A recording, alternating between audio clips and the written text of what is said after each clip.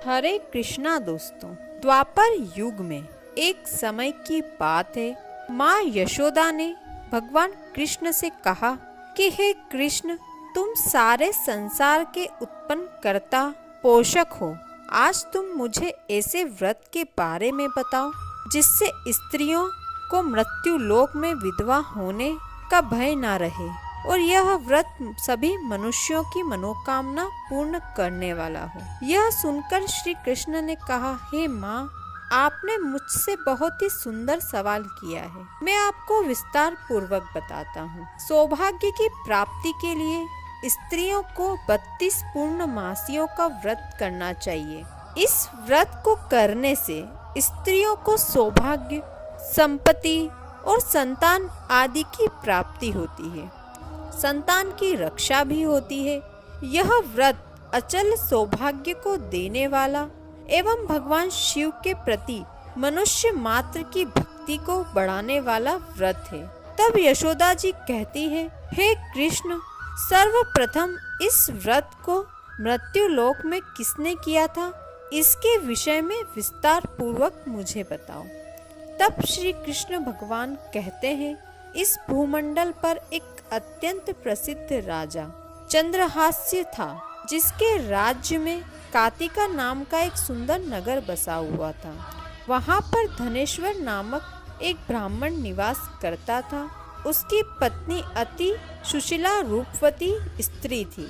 दोनों ही उस नगरी में बड़े प्रेम के साथ निवास करते थे। घर में धन्य धान आदि की कोई कमी नहीं थी। उनको एक बड़ा दुख था, उनके यहाँ कोई संतान नहीं थी।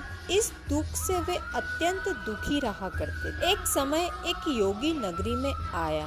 वह योगी उस ब्राह्मण के घर को छोड़कर सभी के घर से भिक्षा लेकर भोजन किया करता था। रूपवती से वह भिक्षा नहीं लेता था। उस योगी ने रूपवती से भिक्षा नहीं ली और अन्य दूसरे के घर से भिक्षा लेकर अन्न को गंगा के किनारे जाकर बड़े प्रेम से खा रहा था। तब ही धनेश्वर ने योगी को ऐसा करते हुए देख लिया था। अपनी भिक्षा के अनादर से दुखी होकर धनेश्वर और उसकी पत्नी ने योगी से कहा कि हे महात्मन, आप सभी घरों से भिक्षा लेते हैं, लेकिन मेरे घर से भिक्षा कभी नहीं लेते। इसका क्या कारण है? तब योगी ने कहा, मैं निसंतान के घर की भिक्षा पतितों के अन्न के समान होती है और जो पतितों का अन्न खाता है वह भी पतित यानी कि पापी हो जाता है। चूँकि तुम निसंतान हो, तुम्हारे यहाँ कोई संतान नहीं है, अतः पतित हो जाने के भय से मैं तुम्हारे घर की भिक्षा नहीं लेता हूँ। धनेश्वर यह बात सुनकर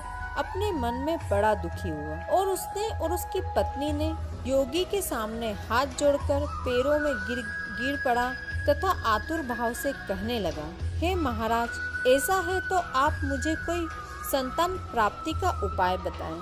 आप सब कुछ जानने वाले हैं, आप मुझ पर अवश्य कृपा करें। धन की मेरे यहाँ कोई कमी नहीं है, लेकिन संतान न होने के कारण मैं बहुत दुखी हूँ। मेरे उस दुख का हरण कीजिए। तब योगी जी यह सुनकर कहने लगे, हे ब्राह्मण, तुम चंडी देवी की आराधना करो। तब ब्राह्मण ने घर आकर अपनी पत्नी को पूरा वृतांत बताया और स्वयं वन में चला गया। वहाँ पर उसने चंडी की उपासना की और उपवास भी किया। चंडी ने 16वें दिन उसको सपने में दर्शन दिए और कहा कि हे धनेश्वर, जा, तेरे यहाँ पुत्र होगा, लेकिन उसकी 16 वर्ष की आयु में मृत्यु हो जाएगी। यदि तुम दोनों स्त्री पुरुष 32 पूर्णमासियों का व्रत श्रद्धा पूर्वक और विधि पूर्वक करोगे तो वह दीर्घ आयु हो जाएगा। जितनी तुम्हारी सामर्थ्यता हो उतने आटे के दिए बनाकर शिव जी का पूजन करना, लेकिन पूर्णमासी को 32 दीपक हो जाना चाहिए और प्रातः काल इस स्थान के समीप एक आम का वृक्ष दिखाई देगा।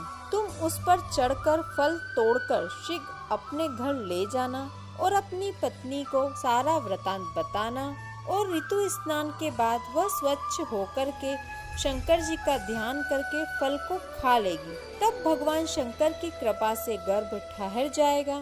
जब ब्राह्मण प्रातःकाल उठा तो उसने उस स्थान के पास एक आम का वृक्ष देखा जिस पर बहुत सुंदर आम का फल लगा हुआ था। उस ब्राह्मण ने आम के पेड़ पर चढ़कर फल तोड़ने का प्रयत्न किया और असफल रहा। तब वह भगवान गणेश की वंदना करने लगा। इस प्रकार भगवान गणेश की कृपा से धनेश्वर ने आम का फल तोड़ लिया और अपनी स्त्री को लाकर दे दिया। धनेश्वर की स्त्री के कहे अनुसार फल को खा लिया और वह गर्भवती। देवी की असीम कृपा से एक पुत्र की प्राप्ति हुई। उन्होंने उसका नाम देवीदास रखा। भवानी कृपा से वह बालक पढ़ने में बहुत होशियार था। दुर्गा जी के अनुसार उसकी माता ने 32 पूर्णमासी के व्रत रखना शुरू कर दिए, जिससे बालक दीर्घायु होने वाला था। 16वां साल लगते ही देवीदास के पिता को बहुत ही चिंता हो गई, कहीं उनके पुत्र की मृत्यु इस साल न हो जाए। इसलिए उन्होंने अपने मन में विचार किया कि यह दुर्घटना उनके सामने हो गई तो वे कैसे सहन कर पाएंगे। तो उन्होंने देवीदास के मामा को बुलवाया और उन्होंने कहा कि देवीदास को 1 वर्ष के लिए काशी में जाकर विद्या का अध्ययन करना है और वहाँ अकेला भी नहीं छोड़ना है, इसलिए साथ में तुम चले जाओ और 1 वर्ष के बाद इसको वापस लौटा के ले आना। तब सारा प्रबंध करके माता पिता ने देवीदास को एक घोड़े पर बैठाकर उसके मामा को उसके साथ भेज दिया, किंतु ये बात उसके मामा या और किसी को पता नहीं। धनेश्वर ने अपनी पत्नी के साथ माता भगवती के सामने मंगल कामना एवं दीर्घ आयु के लिए भगवती की आराधना की और पूर्णमासियों का व्रत करना आरंभ किया। इस प्रकार उन्होंने 32 पूर्णमासियों के व्रत को पूरा किया।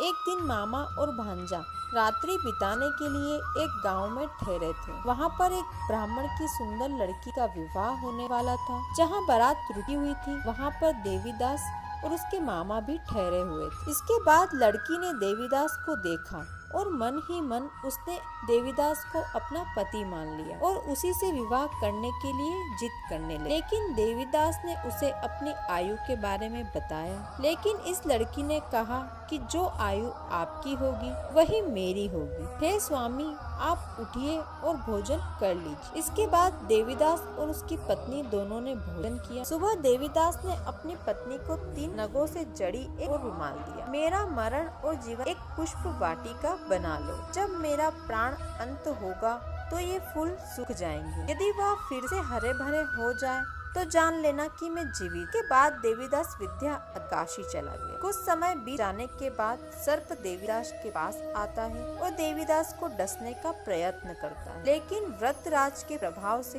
देवीदास को सर्प काट पाया, क्योंकि उसकी माता ने पहले ही व्रत पूरे कर लिए। के बाद काल स्वयं वहाँ आया और उसके शरीर से उस प्राणों को निकालने का प्रयत्न कर, जिससे वह मूर्छित होकर पृथ्वी पर गिर। भगवान की कृपा से माता पार्वती के साथ शंकर जी वहाँ पर आए। माता पार्वती ने शंकर जी से कहा, देवीदास की माता ने 32 पूर्णमासी का व्रत पूरा कर लिया है, तो आप उसके प्राण दान उसे दें। इस प्रकार शिव देवीदास को प्राण दान दे और काल को भी हटना पड़ता। देवीदास स्वस्थ होकर पुनः उसकी स्त्री काल की प्रतीक्षा कर रही थी। जब उसने देखा कि वाटिका में और पत्ते नहीं रहे हैं, सब सूख गए हैं, तो उसको अत्यंत आश्चर्य। लेकिन जब वाटिका फिर से हरी तो वह जान गई कि उस पति कुछ नहीं हुआ। यह देखकर वह बहुत प्रसन्न अपने पिता से लगी, पिताजी मेरे पति, आप उन्हें खोजें। 16वां साल बीत जाने पर देवीदास अपने मामा के साथ काशी से वापस चल दिया। उधर उनके ससुर घर से उनको खोजने निकलने ही वाले थे कि वे मामा और भांजे वहां पहुंच।